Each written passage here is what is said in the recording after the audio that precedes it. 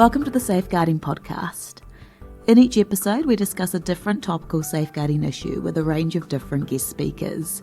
Please be aware some of this content is sensitive and listener discretion is advised.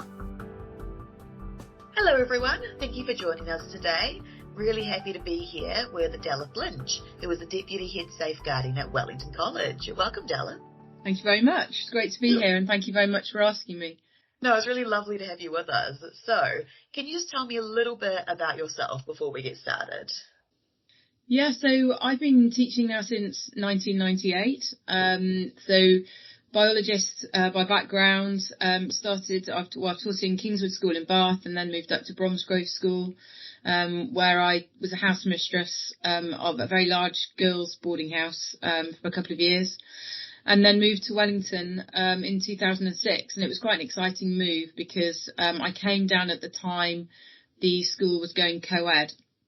So I was one of the first female house mistresses at Wellington College and oversaw the whole transition between Wellington being a boys' school with just a very small number of girls in the sixth form to being fully co-ed. And I've really travelled that journey in the school, which has been really interesting, actually, and really insightful. And it's been fascinating to see a school going from being so traditional, boys focused, to actually bringing the girls in as well. I joined the senior leadership team in 2010 as Deputy Head Pastoral. And then really seeing how safeguarding was going, we made a very brave decision in 2017 to actually split the safeguarding from the pastoral side. Safeguarding was becoming bigger. It was becoming an area of the school which needed more strategy and more focus. And it was impossible to do the day-to-day management and the firefighting of the pastoral side of things in such a large school. We're 1,100 pupils alongside the safeguarding as well. So I moved across and became Deputy Head Safeguarding, and we had a different person doing the day-to-day pastoral side of the things. So it's worked really, really well, actually. It's enabled us to focus on safeguarding in a way that we wouldn't have been able to do beforehand. So that's kind of me, really. Wonderful. That's really interesting that you've divided the safeguarding and the pastoral into two different aspects, I guess. Just for our listeners who maybe don't know the difference, do you mind doing a quick explanation of the difference between the day-to-day pastoral issues and then the safeguarding issues? Yeah, so my colleague who oversees the pastoral side of things looks at, we've got boarding houses here, so they line manage the housemasters and the house mistresses, deal with the overall running of the pastoral side of the school, matrons, health centre, counselling team, whereas I very much lead up on the whole training side of things. My role very much overarches teaching and non-teaching side of things as well. We've got a big staff here. We've got about 600 staff. Oh, wow, okay. So, in terms of part-time, full-time, grounds department, catering, domestics. And so in terms of safeguarding, those individuals have got just as equal amount part to play on safeguarding as the teaching staff have as well. So leading on that, but also on the student side of things, we're working on at the moment a safeguarding curriculum for the students. Looking at what sort of things that they should know about and how we marry that in with everything else that we do here. And I also do a big piece of work with parents as well.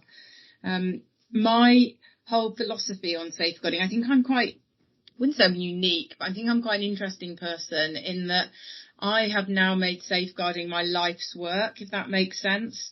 Having it as a standalone role has enabled me to do that. And I'm also quite unique in that I'm very passionate about it. So it's not just a bolt-on from me.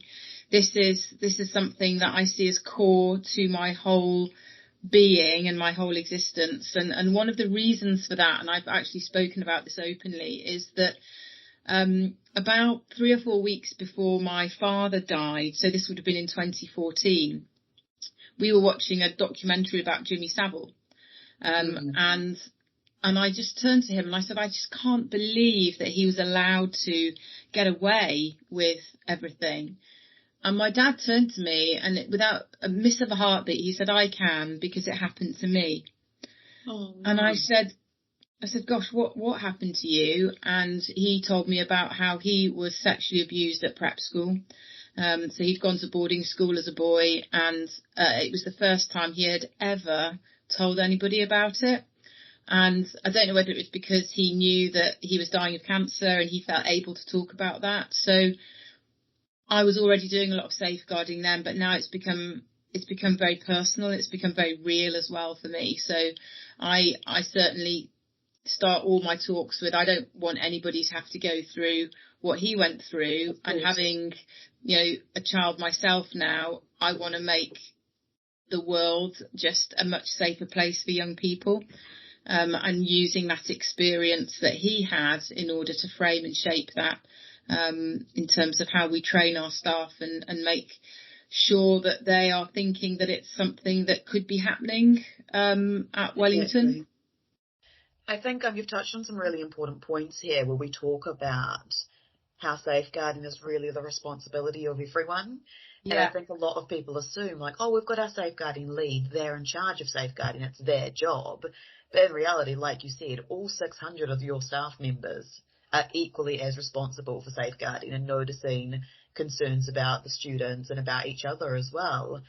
And because well done, it's amazing the work you're doing, and it's really amazing to talk to someone like yourself who's so passionate about the role, because I think you're right, and I think it is really something that you can get behind, because at the end of the day, you are going to keep children and young people safe from harm, and that harm could be as serious as sexual assault and abuse, and it could be on the other end of the spectrum, just bullying and smaller issues, but in the whole, like, it's just such an important role. So it is, and gosh, it's evolved so much, back in 2010 yeah. when I first took the role on. My safeguarding training was about the 4 types of abuse and how to report it, and that was kind of about it really. But now when you look at everything that we're covering within safeguarding, it's huge, it's vast, and organisations are having to adapt to that and think about how they present that. And I hope the staff at Wellington will tell you that one of the things that we try and make safeguarding here is fun. Although it's got a very serious undertone, and obviously the implications of it are really, really serious. You've got to make the training and you've got to make the subject content relevant, but you've also got to make it fun as well. No, exactly, because otherwise, I think you're right, and some of the subject matter that we deal with can be quite dark and it can be quite upsetting. So when you're surrounded by this every day, it is important to try to make, like you said, make it fun and make people able to connect with it in a way. Yeah. So while we're on the subject, I think the main reason we really wanted to talk to you today is about low-level concerns. Yeah. So just right off the bat, can you tell me what a low-level concern is? Yeah, so we've been talking about low-level concerns at Wellington for a number of years, actually. We've had a low-level concerns policy in place since 2016. And it really is just...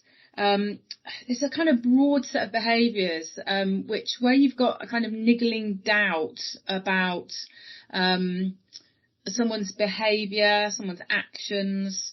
At Wellington, it's very easy for us because it's not only when a member of staff might do something or an adult might do something that doesn't quite fit with our staff code of conduct, but we're also a values-based organisation. And so it's a really easy framework for us. So it's when a member of staff shows behaviours that don't fit or align with our values. Okay, could you give me a couple of examples of low-level concerns? Yeah, so I'll talk about it in terms of values-based first of all. So our courage, respect, integrity, responsibility and kindness. And so if we just take one of those values to start with, let's talk about kindness. A low-level concern could simply be an example of a member of staff not being kind to a student. So that could be them raising their voice in an inappropriate way. It might be putting inappropriate expectations on a student. If we then take another value such as integrity, it could be a member of staff lying, not fulfilling responsibilities. Okay. So a whole range of things really. Seeing a member of staff hugging a student, It could be well-being issues as well. So particularly if a member of staff might be struggling in some particular way, that we consider those to be low-level concerns, because there've been quite a few incidents of safeguarding issues within schools whereby they have occurred because a member of staff has simply had some huge issue within their life that means that their well-being has been affected, and therefore they make poor judgment. And often those poor judgment decisions can be reflected in some sort of safeguarding concern or safeguarding issue. Staff conduct issues as well, and also repeated low-level types of behaviour, so missing deadlines, missing report deadlines and things like that. So that's a really broad spectrum of behaviours. And we introduced low-level concerns off the back of Marcus Aruga's work, who's done quite a lot of research about offending in organisations. And what struck me when I heard him talk was something he calls the slippery slope, and that any abuser, particularly situational or opportunistic abusers, they violate other boundaries before they abuse. Because what they're doing is they're kind of sussing out the culture within the organisation. And that's how we introduced it at Wellington. We actually introduced it off the back of his work, and looking at it not only from a safeguarding perspective, but looking at the culture as a whole. Because if you've got individuals who are violating these boundaries, missing report deadlines, not really doing their role professionally as they could be, then that's got knock-on implications across the whole organisation, not just within safeguarding, I think. Of course. It's interesting because I know when we talk about safeguarding at the Safeguarding Company, we like to talk about all the concerns you notice are almost the bits of the puzzle. Like the pieces, and then it puts together an overview of the safeguarding issues. And I guess what you're saying about the slippery slope, like you said, offenders start with small little things, like you said, to test boundaries, to see like, okay, if that goes unnoticed, no one's reporting that, then I might be able to get away with more severe things. Absolutely. And what also happens within that whole spectrum that you've just talked about there is the normalisation. Yes. So very, very quickly, that is really important. you get this creep. So if you, so it's within health and safety, it's called failure drift. So there's anything that ever happens that is an enormous sort of health and safety catastrophe that's ever happened has normally happened because of failure drift. And it's just been the gradual creeping in of small behaviours which don't make much of a difference. And then suddenly it's become normalised, and it's those normalisations of behaviours, I think, particularly in organisational settings, that those are the worrying things, and particularly within individuals. So what begins to happen is, I don't know, let's talk about a member of staff that is prone to raising their voice at colleagues and at students. What happens if they do it regularly? Their colleagues start to say, oh, that's just James, he always shouts. That's what he's like. And that's what he's like. And we've got to challenge those behaviours. And I think the low-level concerns work and the policy that the DFE brought in September has enabled us to have those conversations, and given us a framework around that. I always say I do a one-to-one induction with all the new staff that start here, and I say to them, you are my biggest asset. Because those new members of staff coming in will challenge things and will say things and will notice unusual things. And I just say, look, open door for 2 weeks. Come and tell me about anything you think's unusual, things that you spotted, because after those 2 to 3 weeks, you'll start to normalise it. Yeah. And I think it's really important, like you said, having this open culture where people feel like it's okay to go and report things that they're concerned about, and these nagging doubts, without being worried of someone going, oh, well, like you said, that's James. James is like that, and he's always been here for so long, and that's just how he is. And I guess people don't want to feel like they're telling tales. And that's right. It's so interesting that it goes back to childhood when you're told, like, you don't be a narc, you can't behave like that, you can't turn other people in, like we're in some weird club and you can't tell on each other. But really what we're doing here with low-level concerns, it's not tattling per se. it's like you said, having these doubts and questioning the behaviour. Yeah. Yeah. I think another really big important part of the work that we've done here is actually reframing that slightly with staff and saying that it's much easier to have a conversation with a member of staff when they've got something wrong, which is a low-level concern. And first of all, if they're a potential abuser, you have a conversation about it, and they've thought, right, my behaviour has been noticed, therefore almost kind of that's job done in that respect. The behaviour's been noticed, therefore this is not an environment that I'd be able to get away with something. Yes. I think a really important piece of this conversation as well is a member of staff actually realising that the behaviour that they're doing is wrong. Yes. Before they get something so wrong that it's not a low-level concern anymore, but it becomes a staff disciplinary. Yeah. And so, several conversations that I've had with members of staff over the last 5 or 6 years have been a bit of a checking point for them to say, do you know what? The fact that you're doing this regularly is a low-level concern, but you need to stop doing this before it becomes much more serious. And 9 times out of 10, those members of staff have actually been really grateful for those conversations. Yeah. Because it's enabled them to stop doing something which could get them into a potential difficulty later on.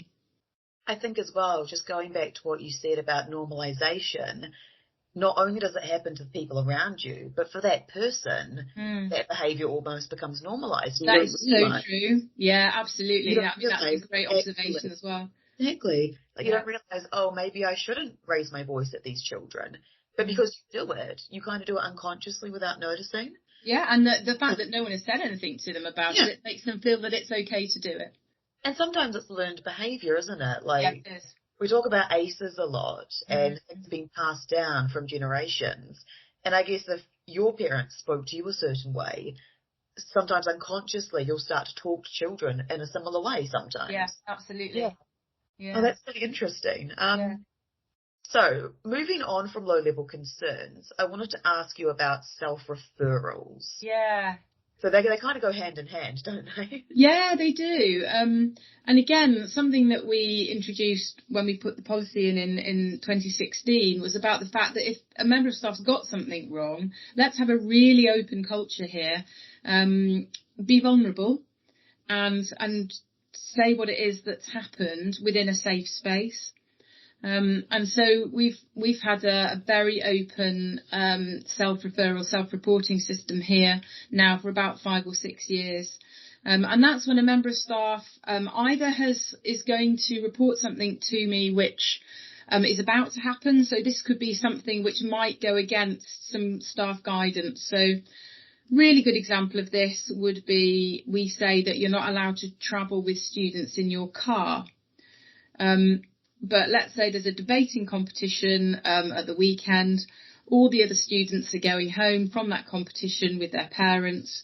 There's one student who lives overseas. The member of staff will then write to me to ask for permission to bring that student home in their car. And so we have a conversation about the fact that they should be sitting in the back. Anything that unusual that happens within that should be self-reported. We get the parental permission for that to happen. So it's all above board, it's all open. And so that's one example of a self-referral that might preempt something happening. Other self-referrals, members of staff swearing by mistake in a lesson. We tend to get quite a few self-referrals at the end of term when staff are tired. And so they just forget about things. Really interesting one actually only yesterday came up from a young member of staff. During a revision lesson, the students had asked for some music to play in the background. She put up her Spotify list and totally had forgotten that there were 3 playlists up there that she'd bought into that were really inappropriately named. Yeah. Students said, "Oh my gosh, look at your playlists," and she was mortified. She self-reported it and said, "Look, I'm really sorry. I'm going to take them off." And yeah, so those are the sorts of things really that come up. I mean, I self-reported myself. Last year I walked into one of our boarding houses to talk to a member of staff there, and one of our 17-year-old boys walked out of the shower room. He'd forgotten his towel and he was completely naked. And so again, I reported that. to one of my deputy DSLs, because the last thing I want to happen is for that boy to get home, say to his parents, "Oh, Mrs. Lynch saw me naked, walking around." That gets twisted around. Mrs. Lynch looks at naked boys. So yeah, it's all about that culture of openness again as well. I think it's also protecting the staff members, isn't it? Yeah. Like you said, certain things, when you hear them the wrong way, don't sound great. Yeah. And like you said, with that example of you and the 17-year-old, that could so easily be twisted. Mm-hmm. So by you reporting it the same day and clarifying the story, people can then know that there was no like malicious intent behind it. That's right. You know, and the most exciting thing that happens is when you get both. So when a member of staff self-reports, and then a member of staff has reported it as a low-level concern as well, because that to me is the system working in absolute harmony. A member of staff knows they've got something wrong, feels vulnerable and safe enough to come and self-report that, but then a member of staff has also seen that happening and has also had the confidence to come and report that as well. That's really good. Mm-hmm. I know this isn't the case, but for some organisations, would they worry that with the system, it might create a bit of a culture of people needing to be like watched constantly, like a policing culture? Because I guess you don't want it to go too far and make people feel comfortable, do you? No, you don't. And I think that's why I think it takes a while for a policy like this to be embedded. And I think the crucial thing is what is done with that information. I listened to a podcast last week when somebody was talking about something had happened within an organisation and there'd been a really nasty accident. And the CEO had said to the company, you know, we need to know what happened. Whoever was behind this, I'd like you to come forward so that we can understand how we can prevent this from happening again. Then somebody did come forward, took a lot of courage to come forward, and the CEO said, "That's brilliant. Thank you so much for coming forward. It's given us a lot of information. Really appreciate it. You're fired." Oh.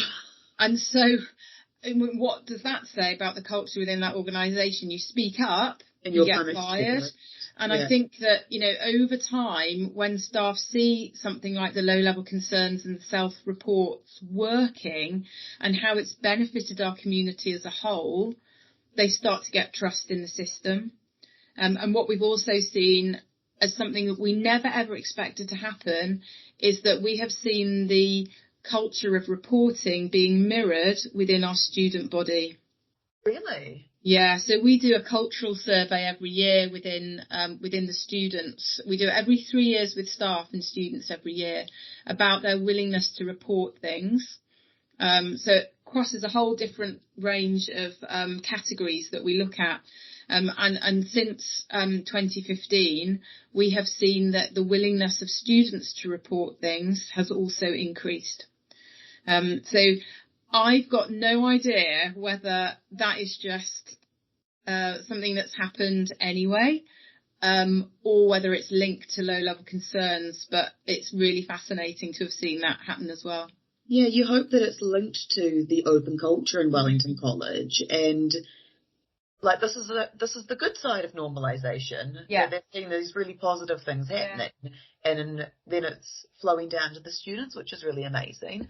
It is. That's right. And we've got something at Wellington that we call values guardians. So they sit within safeguarding, and what they do is they champion the values. And so if people have seen a member of staff doing something and they're not quite sure whether they should report it, they can go and have a conversation with a values guardian, and they wear different coloured lanyards to identify them.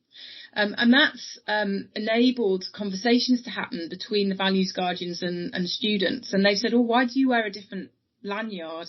And so staff have explained to the students what their role is, and they've kind of gone, "That's a really good idea. We didn't know that staff could report things like that as well." So that's kind of helped that conversation as well, I think.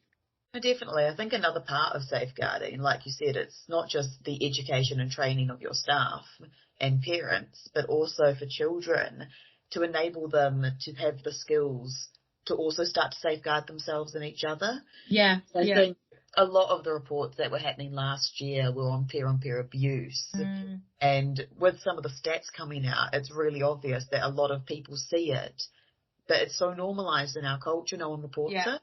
Yeah. So hopefully with your peers, if you know something's wrong, sometimes it's better to be told by your peers that that behaviour is not appropriate rather than from an authority like a teacher or a parent. Yeah, that's right. And actually giving them the language behind that's really important. And that's something that we're hoping to build in a little bit more next year, so that students have the confidence to say, look, I saw you do that. It just really wasn't right that you did that. This is the reason why. And I'm telling you because I would hate for you to get into trouble with a member of staff or a teacher or whatever that might look like. So, yeah, so that's a piece of work that we'd like to look at next year and how we might follow that up.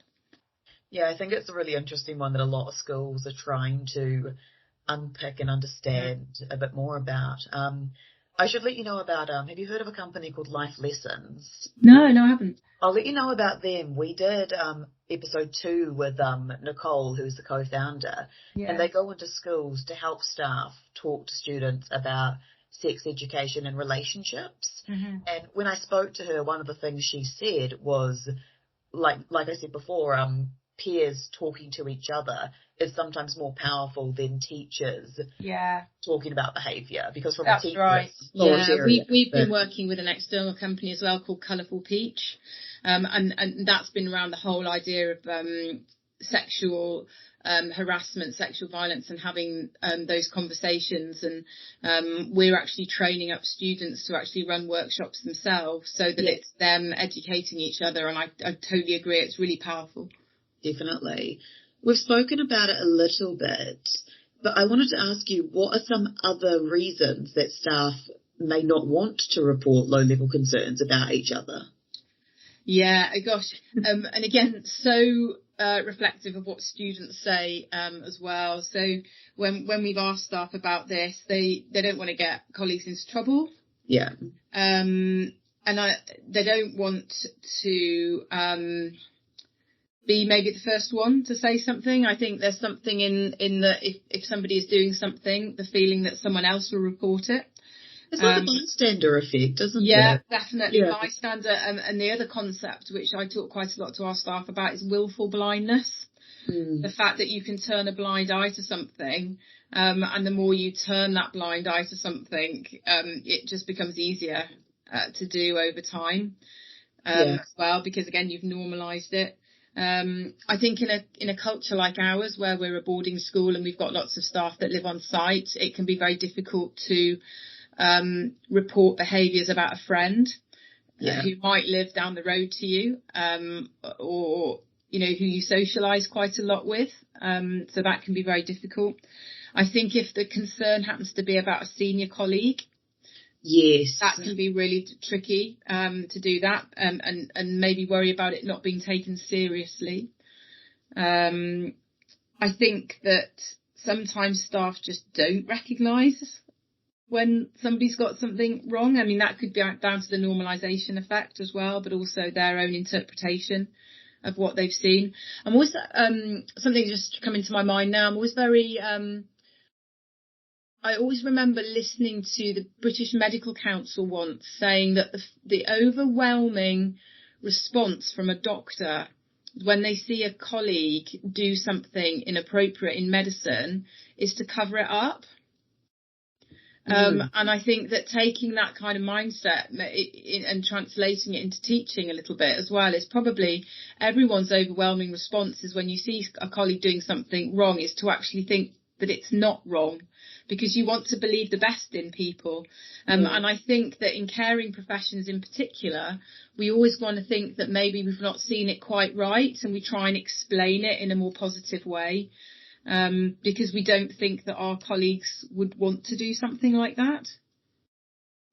I think as well, we're always told, there are two sides to every story, and you shouldn't just assume things, and we should get the story straight before we report, and it's the innocent until proven guilty, isn't it? Yeah, that's right. And I think, the concern that if they do say something, then it could be like career ending or, or something like that. And I think really important on the low level concern side of things, that unless it is, really going to cross that safeguarding threshold, that the conversations that you can have with staff are really, really helpful, and see it as professional learning. But obviously, you know, if it has crossed the threshold, if it's clearly safeguarding, then actually you've got young people at risk, and that's really, really important to address that. Wonderful. We've talked a little bit about staff not wanting to report concerns because not wanting their colleagues to get into trouble. What about on the other end of that, when you get reports that come in that might just be untrue or malicious? Yeah, that's interesting, isn't it? In the last 6 years, we have had 1 or 2 incidents, and it tends to be where there's been a relationship breakdown between 2 colleagues, and where that has happened, if it's come through as a low-level concern, obviously we've sort of investigated it and then closed it, and we've moved it usually into the realms of HR to look at. We have got several staff here trained in mediation. It's what we call dialogue road mapping here, and we try and repair relationships between staff if this has happened. So we move it into that area. And I suppose it's about reassuring staff that if something like that does happen, then it's fully investigated and it's never put on a personnel record or a reference or anything like that. And to make them realise that no harm has been done.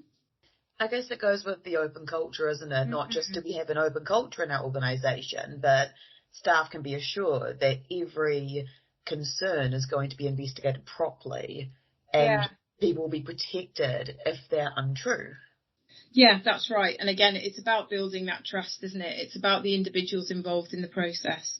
And if they trust in the process and they can see it working, and know that there is due process that goes on within it, then I think the idea of reporting something that isn't true or being malicious, they're probably thinking, well, actually, I don't want to spoil the process by doing that. Of course. You mentioned something you mentioned before leads really well into the next question I had to ask you. We talked about HR. So within low-level concerns and the management and the reporting of them, where does HR sit? Because I know there are a lot of people out there that feel, issues with staff, that should be an HR issue, not a safeguarding issue. Yeah, gosh, that is such a good question, and it's a really good point as well. And I think there's a dialogue between them, so HR and safeguarding and HR. So really important to have a strong relationship, I think, with the HR department, not only because it crosses up so much over in recruitment as well. I meet with our director of HR once a week, and it's just really about that information flow. So if it's a low-level concern which has come to me, which has got I don't think it's got anything that needs to be followed through within HR at all, then I might not even raise it. If HR do get involved when it becomes a pattern of behaviour, and so it may well be that I say, look, this is now the 3rd low-level concern for an individual. I might have a conversation on a no-names basis. And so what would you advise here? What do you think we should do going forwards? And we have a really good discussion about it. And it may well be that at that point that actually it's moved from being a low-level concern to being a more serious concern, because it's a pattern of behaviour that individual is not learning from. Yeah. The HR department then are usually brilliant in that we can look at all sorts of different ways of helping them. Of course, we've got to remember as well that a whole series of low-level concerns can come in because somebody simply isn't coping with their job. Yeah. And actually, when they see a supportive conversation happening, we've had incidents here over the last couple of years where a member of staff has just completely broken down and has just, confided in us that they've got relationship issues, mental health issues. And what we've been able to do is we've been able to help them. And not go down a disciplinary route, but go down a really supportive route as well. Yeah, like put those things in place to then give that staff member the support that they need. That's right, and that has come about as a result of low-level concerns being reported. So, and also, the dialogue between HR as well. So my director of HR might say, look, we're looking at staff disciplinary at the moment. this is the member of staff concerned, this is what's happened. And I'll go, actually, yeah, that is a low level concern. I'm going to, we use Confide at Wellington, so I'll put that on Confide so that it's there as a record. And if somebody else happens to report a concern about that member of staff as well, it's on my radar as well. So that took me into the next point. I think it's really great just listening to you talk about that, because not only is a low-level concern a concern a staff member has about behaviour of staff to students, but also actual concerns about staff members' well-being as well. I think it's quite nice to hear that, so that it's not necessarily a negative concern, like the behaviour is negative, but like more like actually worried about you and how you're coping with things. Yeah, it does. And it certainly, from my perspective, I think that one of the benefits of using Confide is when we put somebody on Confide about wellbeing is that they're up there. And so when I look at my dashboard, they're constantly, I'm being reminded of them and going back, just maybe sending an email to their head of department, how is X at the moment, and making that regular check-in. So that's been really good. But I became acutely aware about staff wellbeing when I did some research about abuse within boarding schools about 5 years ago now, and one of the cases that I looked at was a member of staff who'd had a significant trauma in his life, but the school had been his life, and that can very often be the case within boarding schools. If you've been in a boarding school, you become quite institutionalised, and he'd worked in a boarding school for about 30 years, and it was very much his life. Apart from his family, he had this very significant trauma, and he wanted to come back to work straight away. School said, yeah, okay, maybe you should take some time off. He said, I don't want to go back to work. What ended up happening is he formed quite an intimate relationship with a student, because he was gaining a lot of affirmation from that student, doing lots of one-to-one work with them, and the boundary moved from being teacher to student to overlapping and becoming grey, and he ended up having an inappropriate relationship.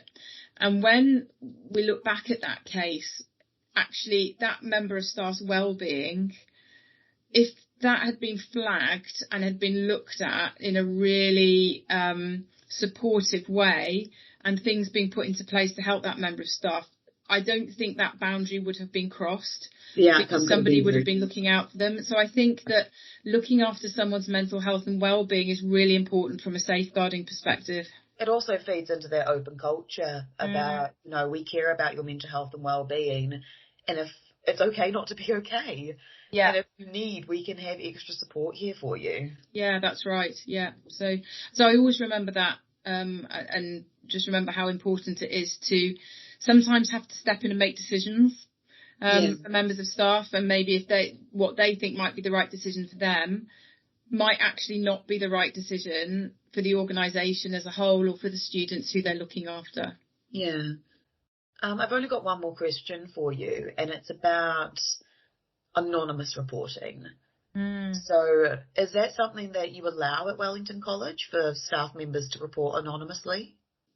Yeah, it happens quite infrequently, I have to say. So that would be done very much. So the only way that a member of staff could report anonymously is through our values guardian system here, and it still isn't truly anonymous. Yeah. So they would go to a values guardian, they would say, look, I've got this concern about this member of staff, but I don't want the senior leadership to know it's me that's come forward. So what happens then is the values guardian is seen as a kind of middleman.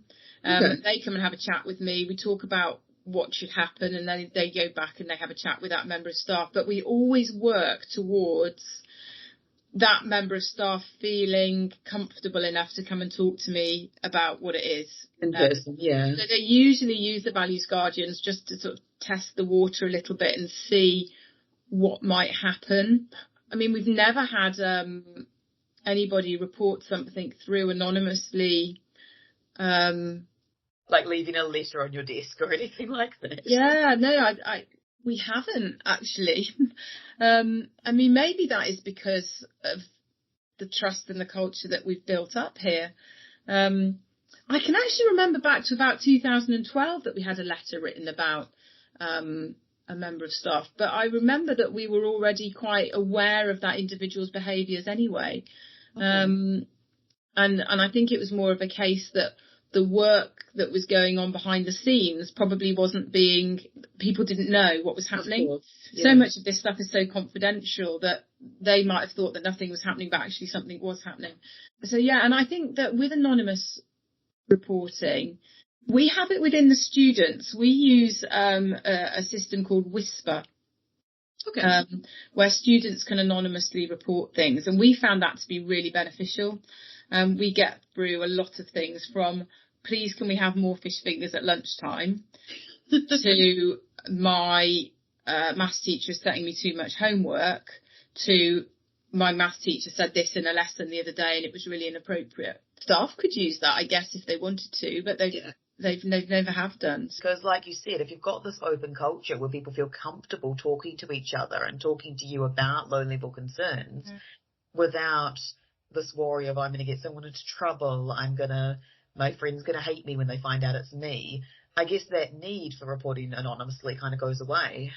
That's right, yeah. And I would certainly say that we don't get it right all the time.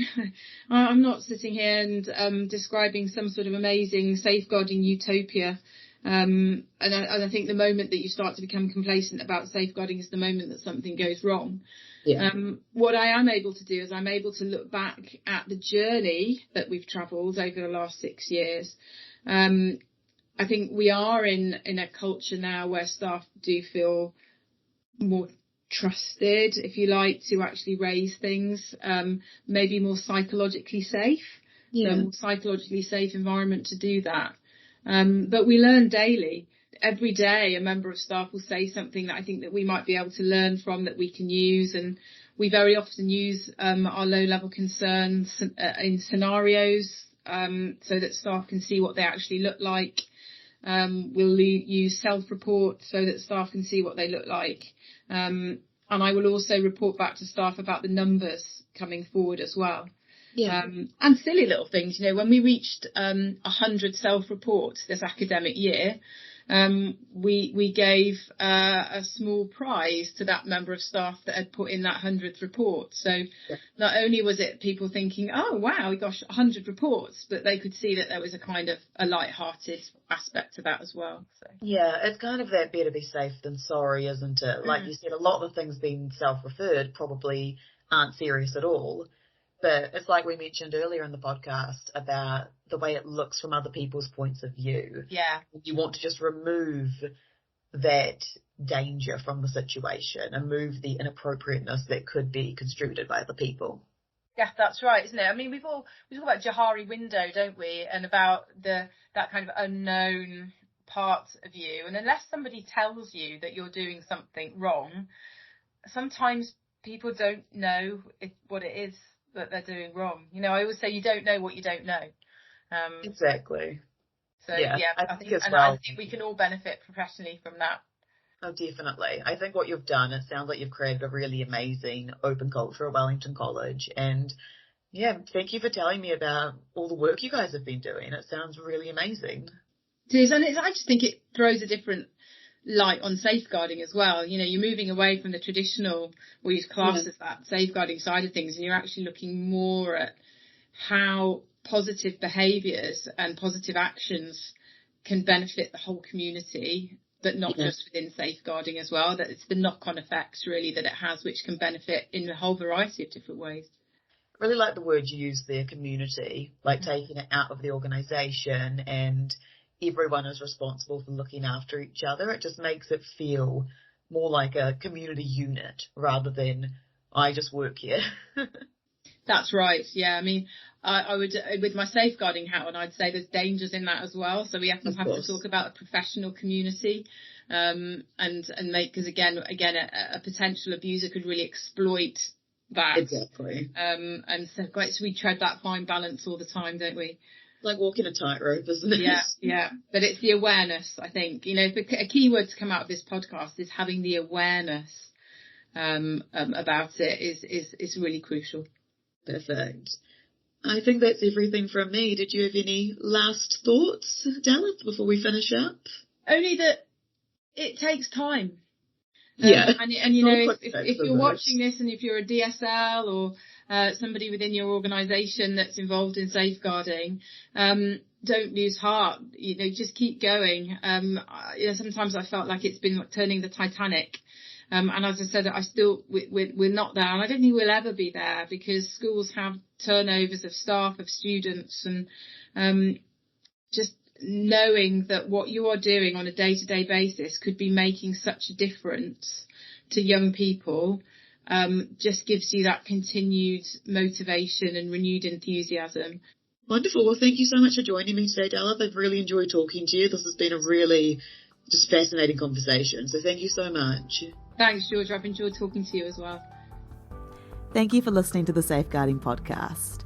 For resources and more information about our safeguarding solutions, please visit thesafeguardingcompany.com.